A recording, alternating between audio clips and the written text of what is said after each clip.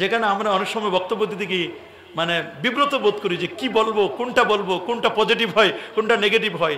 তবে আমরা সবসময় চেষ্টা করি হক কথাটি বলবার জন্য। কোরআন এবং সুন্নাহ যেটা আমাদেরকে সাজেস্ট করে সেই কথাগুলো বলবারই জন্য আমরা চেষ্টা করি।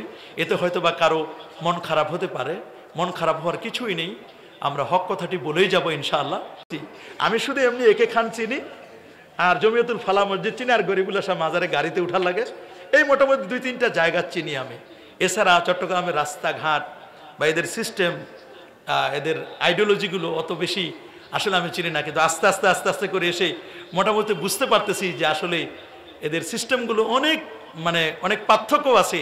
সুন্নি আহলে সুন্নাহ ওয়াল জামাত আগে পরে নাম পরিবর্তন করে যে কত বিভক্তি আছে তার কোনো শেষ নাই।